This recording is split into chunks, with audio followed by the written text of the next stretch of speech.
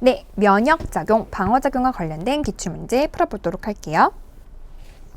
자, 질병을 구분하는 과정을 나타낸 것이다. 자, 질병과 병원체도 문제에 많이 출제가 됩니다. 기출문제로 한번 적용해 볼게요. 결핵, 독감, 홍역, 고혈압. 자, 여러분 알다시피 결핵은 세균, 그리고 독감과 홍역은 바이러스에 의해서 유발되는 질병이고요. 고혈압은 병원체에 의한 감염성 질병이 아닌 비감염성 질병이지요. 자, 그랬을 때 구분을 합니다. 예, 아니요. 고혈압만 딱 떨어져 나왔다라고 하는 것은 세균과 바이러스, 즉 결핵부터 독감, 홍역까지는 감염성 질병이라는 거 여러분들이 체크할 수 있습니다. 뭐 여기 나오진 않더라도 이렇게 분류를 할 수 있어야 돼요. 감염성 질병인 A에 해당하죠.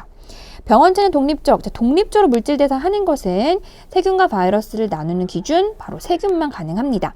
따라서 ES에 ES에 이렇게 결핵으로 빠져나왔으니까 안 맞고요. 결핵 치료 시의 항생제, 세균이니까 맞습니다. 뭐 이걸 바이러스로 얘기할 수도 있겠죠. 독감, 홍역, 바이러스는 항바이러스제로, 그 다음에 결핵은 항생제로 치료한다. 그래서 치료하는 방법까지도 문제는 간단하게 5번으로 체크하면 됩니다.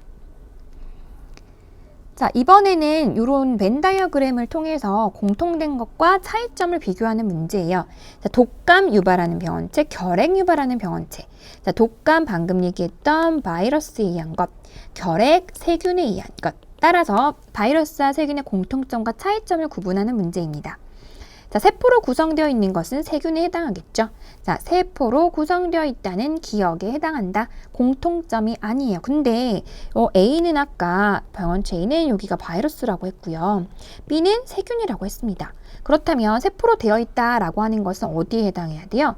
그렇죠. 디귿에 해당해야 되겠죠. 따라서 기억은 틀렸습니다.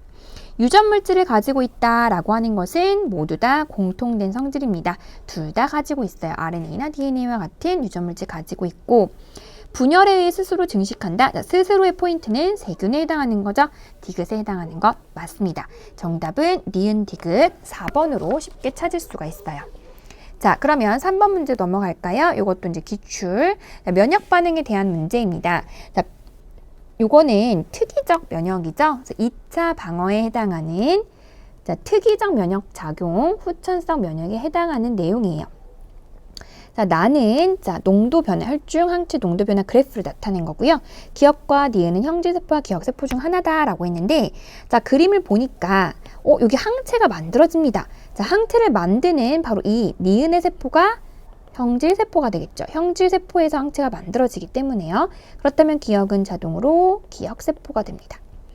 자, 우리 세균 대식세포에 의해서 쩝쩝쩝 먹어요. 그쵸? 항원을 여기다가 표지를 해놓으면 보조 T 림프구가 이것을 인식을 하고요. 인식을 한 다음에 자, 활성화된 보조 T 림프구는 B 림프구를 분화시켜 형질세포와 기억세포로 분할을 시키죠. 자, 이때 형질세포에서 항체가 만들어지는 바로 체액성 면역이 일어나게 되고요. 이렇게 처음 항원에 노출이 돼서 만들어지는 이 과정이 1차 면역작용이죠. 그리고 활성화된 보조 T 림프구는 이것이 이제 세포독성 T 림프구를, 그리고 이것에서 이제 세포성 면역이 또 진행이 됩니다. 자, 여기서는 물론 요거와 관련된 문제는 아니고요. 체액성 면역에서 1차 면역과 2차 면역에 대한 문제입니다. 자, 1차 침입했을 때는 항체 농도가 요 정도였다면 2차 침입을 했을 때는 빠르고, 2차 침입, 즉 요거 2차 면역이 일어났다는 것, 여기는 1차 면역이 일어났다는 것. 이 항원에 대해서요. 자, 2차 면역의 특징은 신속하고 빠르고, 그 다음에 항체가 다량으로 생성된다라고 하는 특징이 있었죠. 자, 가해서 보조 T 림프구는 대식세포를 통해 항원을 합니다. 그래서 보조 T 림프가 반드시 있어야 된다. 보조 T셀이라고 생각해도 되고요. 자, 구간 1에서 지금 보니 항체가 줄어들고 있네요.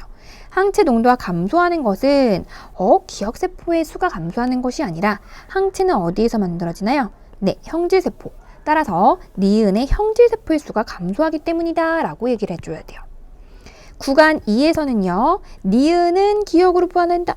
형질세포가 기억으로 분화되는 것이 아니라 기억세포가 기억이니까 기억이네요.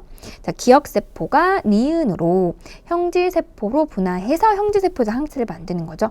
항체는 형질세포에서 만들어집니다. 기억세포가 아니에요. 정답은 1번 체크 가능합니다. 자, 그래서 체액성 면역 그래프와 같이 여러분들이 잘 정리를 해두세요. 자, 마지막 4번. 자, 혈액의 응집 반응을 나타낸 문제예요. 자, 표는 200명의 학생을 대상으로 했고요. ABO식 혈액형, 응집원 기억과 응집소 니은의 유무를 조사했대요. 이 집단에 철수가 포함되지 않았어요. 그리고 모두 혈액형을 갖고 있대요. 자, 이 사람은 철수였어요. 철수는 항A혈청, 항A혈청에는 알파 응집소, 항B혈청은 베타 응집소를 갖고 있습니다. 자, 둘 다 응집이 됐네요. 그럼 철수는 A와 응집된 알파, B와 응집된 베타. 따라서 철수의 혈액형은 AB형이다 라는 것을 알아낼 수 있습니다. 자, 그러면 여기서 이제 문제는 ABO식 혈액형이 철수와 같은 사람은, 자, 다시 말하면 AB형인 사람은 몇 명인가요? 라고 하는 거와 같은 질문이네요. 자, 그럼 여러분들이 여기 나와 있는 조건을 가지고 어떻게 풀어볼까요? 자, 일단 응집원 기억과 응집소 니은이 모두 있는 사람? 자, 응집원은 A형 아니면 B형, 즉 A 응집원 A와 응집원 B 둘 중에 하나일 거예요. 그러면